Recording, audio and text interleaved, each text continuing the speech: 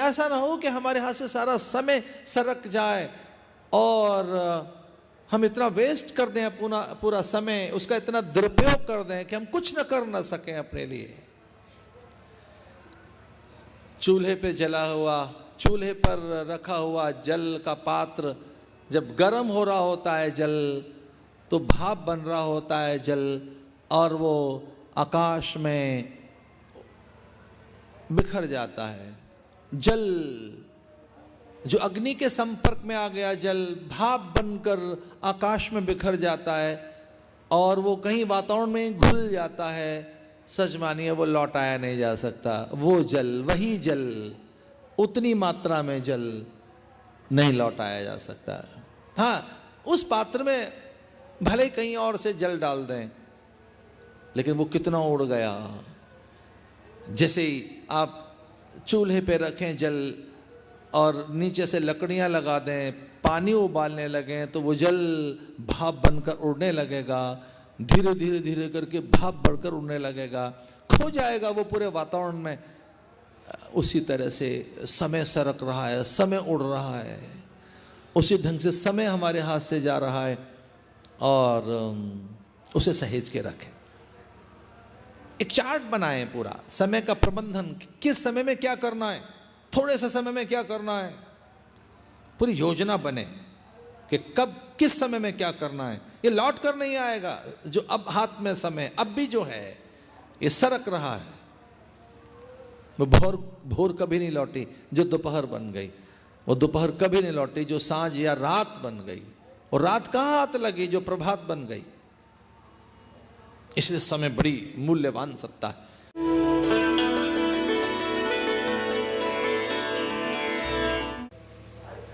मनुष्य अपनी सोच का परिणाम है। हम स्वयं का उत्पादन है। हम जो कुछ भी हैं,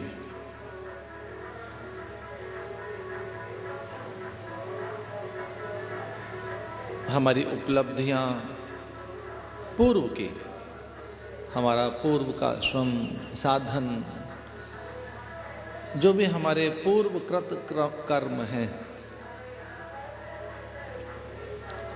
उनका परिणाम हम हैं अब। इसलिए वर्तमान भूतकाल की उपज है, भूतकाल का परिणाम है। शास्त्र कहता है कि परिणाम पर विचार कर कर्म हो, इतनी सजगता रहनी चाहिए। जो इतने सजग हैं कि परिणाम क्या प्राप्त होगा, हमारी चेष्टाएं, हमारी प्रतिक्रियाएं क्या परिणाम लेकर आएंगे। इसलिए साधक सचेत रहे स्वयं के प्रति। जो साइको बायो हमारी टेंडेंसी हैं, हमारे द्वारा जो कुछ भी प्रतिक्रिया के रूप में, चेष्टा के रूप में और कर्म के रूप में प्रकट हो रहा है, उसके परिणाम पर दृष्टि रहे। क्योंकि अभी जो ये प्राप्त है आपको, ये पूर्व का परिणाम है। इसलिए जो निरापद भविष्य चाहते हो, एक सुखद भविष्य, अब प्राय हम भविष्य को अच्छा बनाने वाले प्राणी हैं। हम मनुष्य, पशुओं को, पंछियों को, परिंदों को चिंता नहीं है भविष्य की। वे तो आहार, निद्रा, भय, मैथुन तक सीमित हैं। पशुओं में तो केवल आहार, भय, निद्रा, मैथुन आदि की क्रियाएं हैं बस। वे अपने भविष्य के लिए चिंतित नहीं। एक अच्छा, सुंदर, निरापद, संपन्न भविष्य आप चाहते हो तो उसकी तैयारी आप करें।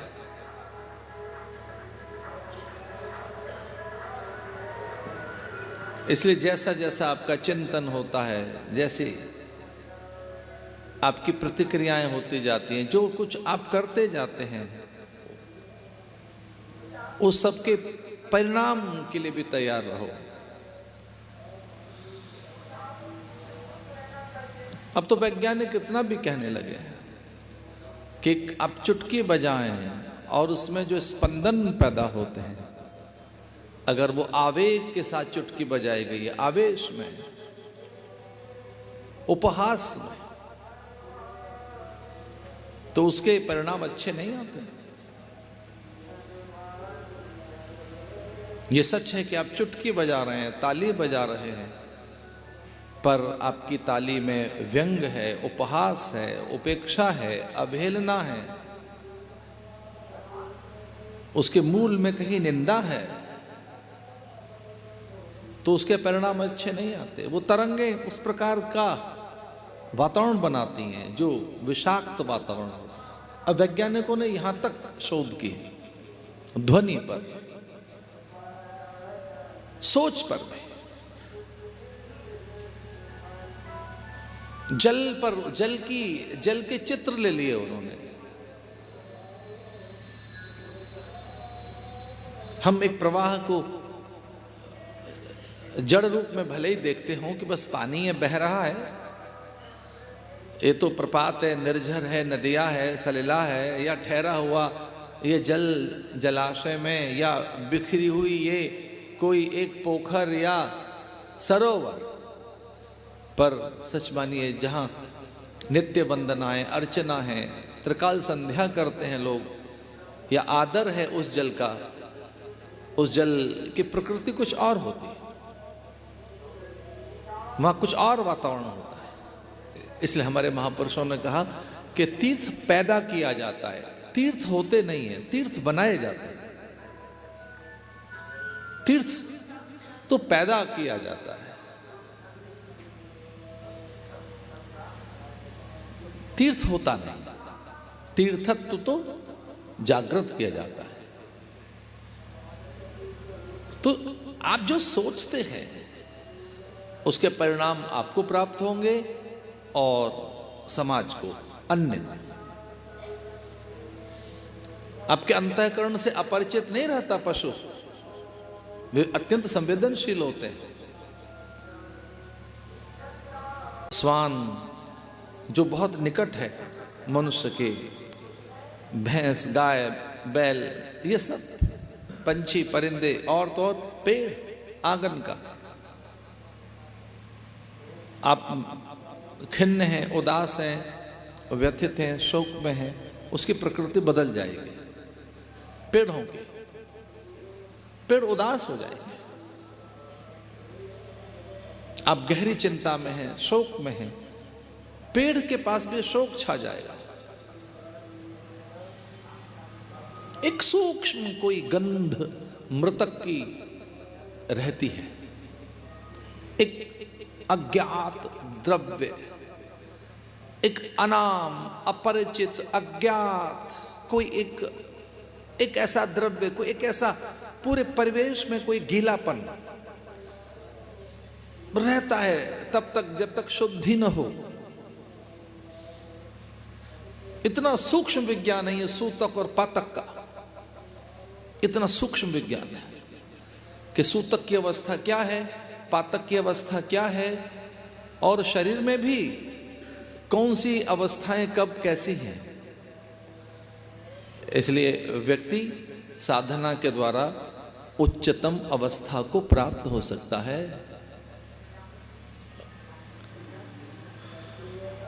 वो तीर्थ बना सकता है,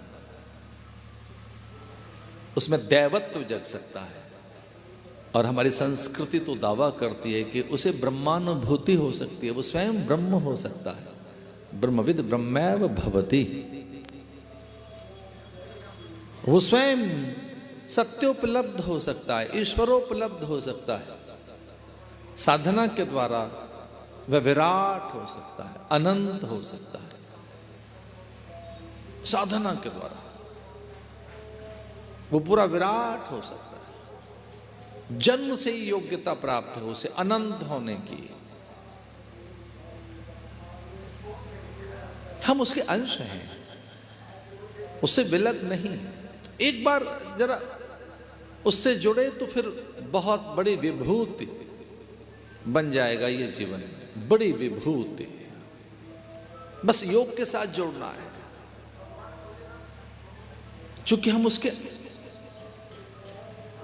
अंशी हैं, हम उसका अंश हैं, वो हमारा अंशी है। ममैवांशो जीवलोके जीवभूत सनातन, हम उसके अंश हैं। पूरे भारत में अब रामचरितमानस खूब गाई जा रही है, पूरे भारत में, और उसमें तो सीधा परिचय है ईश्वर अंश, जीव अविनाशी, हमारा परिचय है उसमें। ममैवांशो जीवलोके जीवभूत सनातन। गीता कहती है कि हम मनुष्य उसका अंश हैं, सनातन अंश है उसका। जिसके लिए तुलसी लिखते हैं कि हमारा परिचय यह है कि चेतन है, अमल है, सहज है, और जिस सुख को हम कहीं बाहर ढूंढ रहे हैं उसका सागर हम स्वयं हैं, उसका स्रोत हम स्वयं हैं। जिस सुख को हम कहीं बाहर ढूंढ रहे हैं, कठिनाई तो यह है कि हम सभी सुख को पदार्थ सापेक्ष मानते हैं, उसे वस्तु सापेक्ष मानते हैं, दृश्य सापेक्ष मानते हैं, जबकि सुख वस्तु सापेक्ष नहीं है। वो किसी वस्तु के आने से प्राप्त होगा ऐसा नहीं है, वो हमारी भ्रामक मान्यता है। बस मन की मूढ़ता यही तो है। चित्त का चांचल्य और है क्या, बौद्धिक भ्रम और है क्या, और प्रमाद क्या है कि हम ये जानना नहीं चाहते कि सुख का स्रोत क्या है। हमारा कितना श्रम, साधन, पूरा जीवन एक चुटकी सुख लेने के लिए, एक रत्ती भर सुख लेने के लिए बीत जाता है। एक अधेला सुख लेने के लिए रुपया खर्च कर रहे हैं, एक रुपया एक अधेला सुख लेने के लिए। हम उसका अंश हैं, हम स्वयं आनंद के स्रोत हैं। चिदानंद रूप शिवोहम शिवोहम। अरे कभी ढूंढो तो सही स्वयं को, अपना थोड़ा पता तो लगाओ, एक बार थोड़ा श्रम तो करो कि क्या हम विचार हैं, हम भावना हैं, हम कोई आवेग हैं, संवेदना हैं, हम क्या हैं। मैं देह हूं, मति गुण धर्म प्रकृति संस्कार हूं। एक बार पता तो लगे कि मैं अस्थि मज्जा, मैं रुधिर, सांसों का सिलसिला, मैं क्या हूं। तो हम केवल कोई सांसों का सिलसिला है, केवल प्राण है हम, और सांस आ रही है जा रही है। हम कोई केवल देह है क्या, या केवल मन है क्या। एक बार पता लगे कि हम जो कुछ कर रहे हैं इसके परिणाम क्या आएंगे, फिर साधन करें आप। इसे धन्य वही है जो स्वयं के प्रति सचेत होकर कर्म के परिणाम के प्रति चौकन्नापन प्राप्त कर चुका है। कर्म के परिणाम क्या आएंगे, इतनी एक जागरूकता, इतना एक होश आप में आ जाए कि मेरा ये देखना, मेरी ये प्रतिक्रिया करना, मेरा इस प्रकार का आभास, मेरी उपस्थिति के परिणाम क्या आएंगे। इसे थोड़ी साधना में जागरूकता लाएं अपने प्रति।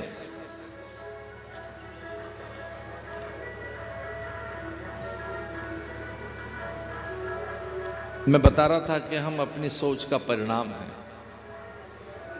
विचार से सृष्टि बदली जा सकती है, संकल्प से बहुत कुछ बदल जाता है। सच तो है कि संकल्प से ही सृष्टि का निर्माण हुआ है। इसलिए शुभ संकल्प करना सीखें। हमारी शुभ संकल्पता, शुभ कर्म संलग्नता जागृत हो।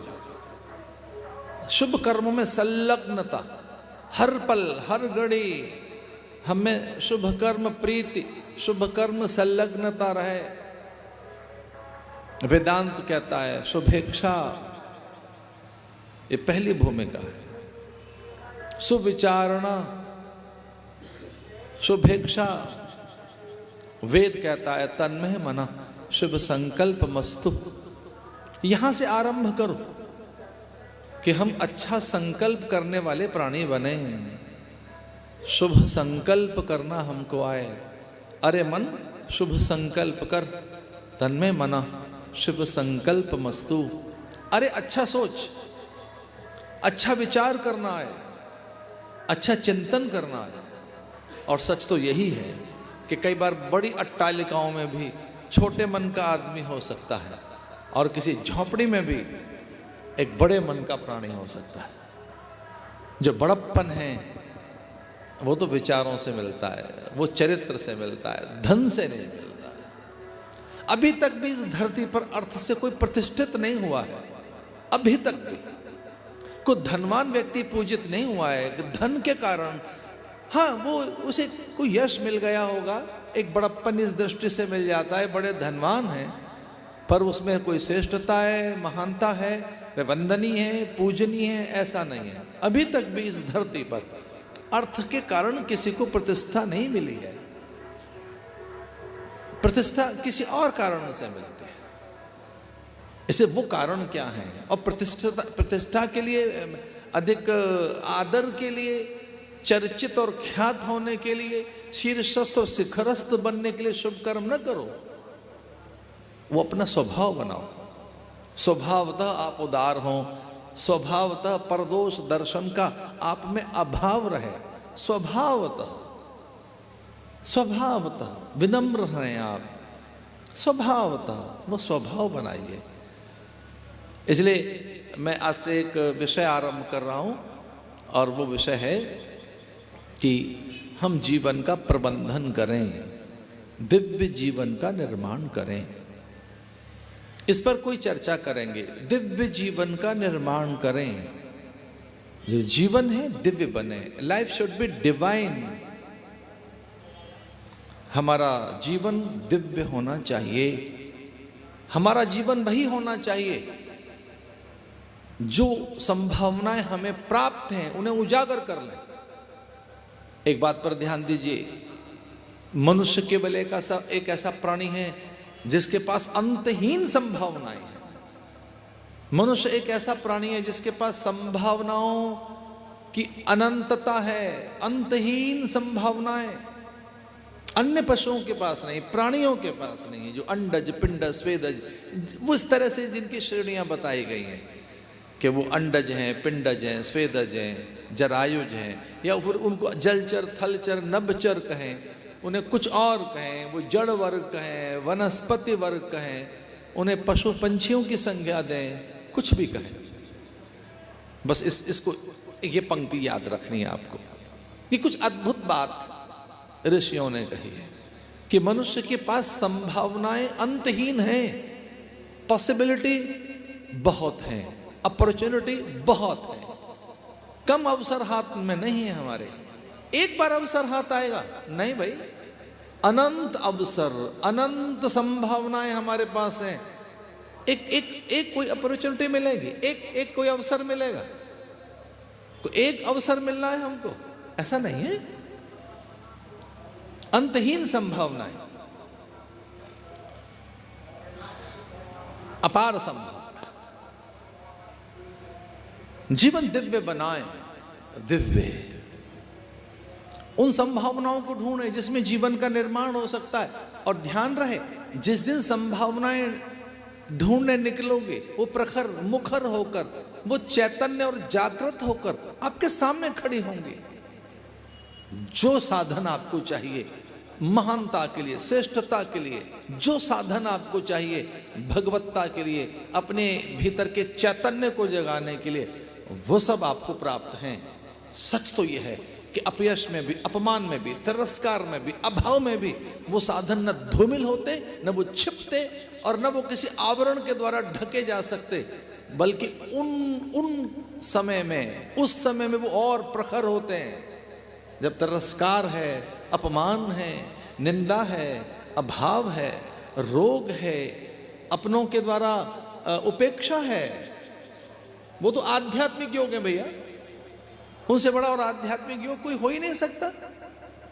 उसमें दैन्य रखें, उसमें निराश हो जाएं, उसे मुखापेक्षी बने कि मुस्कुराएं, हमारा साथ दें, कदम ताल करें, हमारी संवेदनाएं सहलाएं, याचक बने सहानुभूति के लिए? बिल्कुल नहीं। ग्रंथों को उठाकर देखो, उपहास के काल में, उपेक्षा के समय, तिरस्कार के समय, अवमानना के समय, जब अपनों ने भारी उपहास और तिरस्कार किया, ऐसे में ही तो साधन हुआ है। वो ध्रुव का रहा हो, प्रहलाद का रहा हो, या तुलसी के भीतर काम गलियार से निकलकर राम जगा हो। तो भाई कई बार तो हम आध्यात्मिक योग जो बन रहे होते हैं उसे दुर्योग कहने लगते हैं, बल्कि उसे कहते हैं जीवन का सबसे बेकार समय चल रहा है महाराज। आजकल टाइम ठीक नहीं चल रहा है, टाइम साइकिल ठीक नहीं है, आजकल थोड़े विपरीत ग्रह चल रहे हैं। अरे वही तो आध्यात्मिक योग बना रहे हैं। जब अपने मुंह फेर रहे हो, साधन कम हो, देह साथ न दे रहे हो, ऐसे में वही एक आध्यात्मिक योग है। आओ ऐसा पाल ताने कि आंधी ऊर्जा बने। पाल तानना है आपको उस दिशा में, उस दिशा में बस आपको उस आंधी को ऊर्जा बनाना है। आंधी को ऊर्जा कैसे बनाएं कि हाँ आंधी तो आएगी, लेकिन उस दिशा में पाल तान दीजिए जहाज पर। तो वो जो जहाज आपको बहा कर ले जा रहा है, डुबो देगा, कि आपको पीछे धकेल देगा और आपके महीनों का श्रम खो जाएगा। अब वही जो आंधी है ऊर्जा बन गई है। हाँ वो पाल बस तानना है उस समय, तनियां खोलनी है बस उस समय, और तनियां खोलकर हवा पानी के जहाज पर आंधी को ऊर्जा बनाना है। आंधी ऊर्जा कैसे बने? एक और कदम आगे बढ़ूं मैं, प्रतिकूलता प्रसाद कैसे बने? प्रतिकूलता अवसाद नहीं, प्रतिसाद कैसे बने? प्रतिकूलता प्रतिसाद कैसे बने? वही प्रतिकूलता प्रोडक्टिव कैसे हो? जो प्रतिकूलता है, इसे जब धन की कमी हो, सच मानिए वो बहुत सुंदर समय होता है। जब धन की या अर्थ की कमी हो, साधनों की कमी हो, जब देह में रोग हो, वो तो बहुत बड़ा समय है, बढ़िया समय है। उसमें दैन्य और दीनता और उसमें अपने प्रति एक उदासी, खिन्नता मत लाओ, अवसाद से ग्रसित मत रहो। कहो कि ये बहुत अच्छा समय, ये पढ़ा जा रहा है। और अब तो कैसा युग आ गया, सब पैसे पैसे से है सब चीज। अब तो बड़ा आदमी वही है शायद जिसके पास पैसा है। और कभी कुछ लोग ऐसा भी कहने लगे हैं कि देखो बहुत बड़े आदमी हो गए, तो क्या आ गया है उनके पास भाई? वो बहुत बड़े आदमी हो गए, उनके पास शील, संयम, सदाचार, नैतिकता, पवित्रता, उदारता आ गई है। क्या वो बहुत उदार बन गए? क्या उनके पास पवित्रता आई है? वो ऐन्द्रिक संयम, वो अधिक इंद्रियों का संयम करना सीख गए? क्या परिभाषित कर रहे हैं? और ये सच में हम सब बोलने लगे हैं। हम सब अब एक बात कहने लगे हैं। इन 2-3 दशकों में एक नई हमने बड़प्पन की कहानी गढ़ दी है। हम कहते हैं कोई बहुत बड़ा आदमी आया है, इसका अर्थ है उसकी भौतिकता और उसकी जो अर्थ की अधिकता है, उसके कारण उसे हम बड़ा मान रहे हैं। अट्टालिकाओं के कारण, भूमि विस्तार के कारण, पदार्थों की प्रचुरता के कारण, वस्तुओं की बहुलता के कारण, बड़ी महंगी गाड़ी के कारण। अरे बड़ा आदमी कैसे हो सकता है? बड़प्पन के लिए तो कुछ और चाहिए। आंधी ऊर्जा बने, प्रतिकूलता प्रसाद बने, इसलिए जीवन को दिव्य बनाए। वो बनेगा कैसे? एक बहुत सहज आपसे निवेदन करना चाहूंगा। सच मानिए, जीवन के निर्माण के लिए बाहर के पदार्थ नहीं चाहिए। बाहर का कोई उपकरण, बाहर की कोई अभियांत्रिकी, बाहर का कोई संग्रह संचय बाहर की कोई मूल्यवान वस्तुएं नहीं चाहिए। अपने निर्माण के लिए, स्वयं के निर्माण के लिए स्वयं चाहिए। स्वयं में संकल्प, स्वयं में स्फूर्ति, स्वयं में एक अपने प्रति सकारात्मक विजय का भाव। मुझे जीतना है, मुझे जीतना है। जीवन युद्ध है। ये अमृत ऐसे हाथ नहीं लगा, भारी युद्ध हुआ है, भारी छीना झपटी हुई है। मोहिनी बनकर वो आए धर्म सत्ता के रक्षण संवर्धन के लिए, उन देवगणों की सहायता करने के लिए। उन सब ने फेवर किया, सब ने। एक ने विषपान किया, दूसरा मोहिनी बन गया, तीसरा योग युक्तियां बताता रहा। कोई ऐसे अमृत हाथ लगा है? जीवन बड़ा द्वंद्व है, जीवन में बड़ा संघर्ष है, जीवन में बड़ा युद्ध है। मैं तो बड़े विश्वास के साथ कहना चाहूंगा कि हमारे सारे ग्रंथ युद्ध के इतिहास से भरे पड़े हैं। रामायण हो, महाभारत हो, या वो दुर्गा सप्तशती हो, उसमें और है क्या, चंडमुंड शुंभ निशुंभ महिषासुर धूम्रलोचन, रक्त बीज के कहानी तो उसमें है। युद्ध। अच्छा, दो प्रकार की प्रकृति के लोग हैं इस धरती पर, तीसरा नहीं है। बड़ा कैटेगराइज किया है, दो तरीके के लोग हैं। एक तो समाधि नाम के वैश्य की तरह से, एक राजा सुरथ की तरह से, हताश है, निराश है। वो दो घर परिवार से सताए हुए। हम में से जितने प्राणी हैं वो सब अपनों से सताए हुए हैं, अपनों की बहुत व्यथा लेकर हम बैठे हैं। दुखी हम किसी और से नहीं है, अपनों से, अपनों के दुख लिए बैठे हैं। हमें कोई दुखी नहीं कर सकता, लेकिन अब हम इतने दुर्बल हो गए हैं कि दुखी होने के लिए बैठे हैं, चिंतित होने के लिए बैठे हैं। हम चिंतित हो सकते हैं, बहुत देर तक चिंता में रह सकते हैं, पर चिंता का निवारण कैसे हो, इस पर कभी सोच पैदा करें कि चिंता में से कैसे निकलें, हम स्ट्रेस में से बाहर कैसे आए। बहुत बेकार है, सब बेकार है, अब बहुत मंद भाग्य, बेकार भाग्य चल रहा है, बेकार समय चल रहा है। इस नकारात्मकता में से कैसे निकलें? बाहर का कोई पदार्थ, बाहर की कोई वस्तु आपको दिव्यता प्रदान नहीं करेगी। आप स्वयं जगिए। मुझे तो यहाँ के किसी ऋषि की पंक्तियां याद आती हैं, जिसने देवप्रयाग में लगभग 12 साल तक ये गीत गाया। उस गुफा में से निकला नहीं वो महात्मा। प्रयाग का महात्मा था। प्रभु आप जगो, परमात्मा जगो, मेरे आप जगो, प्रभु आप जगो। यहां प्रयाग का एक साधु देवप्रयाग में, और वहां भागीरथी में जो मिलती हैं अलकनंदा और मंदाकिनी, बद्री का आश्रम से आती है अलकनंदा, और रुद्रप्रयाग से वो मंदाकिनी को भी साथ में ले लेती है। रुद्रप्रयाग से मंदाकिनी साथ जुड़ गई अलकनंदा के साथ, और उधर से भागीरथी आ रही होती है गौमुख से। देवप्रयाग में वो गंगा बनती है। लो एक नई कहानी सुना दी। ये गंगा जी कब बनती है? देवप्रयाग से, ये याद रखना। एक नई कथा सुना दी हमने। गंगा पहले नहीं है, गंगा कब बनी? देवप्रयाग। उससे पहले वो भागीरथी है, जाह्नवी है। गंगा बनती है वो देवप्रयाग में, जब अलकनंदा को भी साथ ले लेती है, मंदाकिनी को भी साथ ले लेती हैं, वहां से फिर वो गंगा बनती है। उससे पहले गंगा नहीं है, भागीरथी है। देवप्रयाग से पहले वहां किसी गुफा में एक साधु 12 साल तक ये गीत गाता रहा, प्रभु आप जगो, मेरे आप जगो। मेरे आप माने सेल्फ जग, खुद जग, अपने आप में खड़ा हो। उत्तिष्ठत जागृत प्राप्य वरान्य बोधत, ये सूत्र है, ये साधन बताया उपनिषदों ने। कहा उत्तिष्ठत, उठकर खड़ा हो। कब तक हम कहते रहे बड़ा बेकार है, धन नहीं है, अपने साथ नहीं है, प्रतिकूलताएं, हमारा मौसम ठीक नहीं है, थोड़ी सर्दी और निकल जाए फिर तो मक्खियां भिन भिनाने लगेंगे। फिर कहोगे अब गर्मी आ गई है, अब साधन कैसे हो, अब तो वर्षा काल आ गया है। कौन सा बढ़िया समय लाकर दें आपको जिसमें साधन करोगे? उत्तिष्ठत, उठो। ये उठना किस में है? अपने आप में। और बहुत ही विनम्रता के साथ बात कह रहा हूं, कई बार आदमी अपने आप में गिर जाता है, अपने में गिर जाता है। छोटी सोच बनाकर, छोटा चिंतन, वो अपने आप में, अपनी आवरण में, अपनी कामनाओं में कैद हो जाता है, खुद में ही कहीं घिर जाता है, अपने में ही कहीं बहुत स्वयं से बहुत छोटा हो जाता है।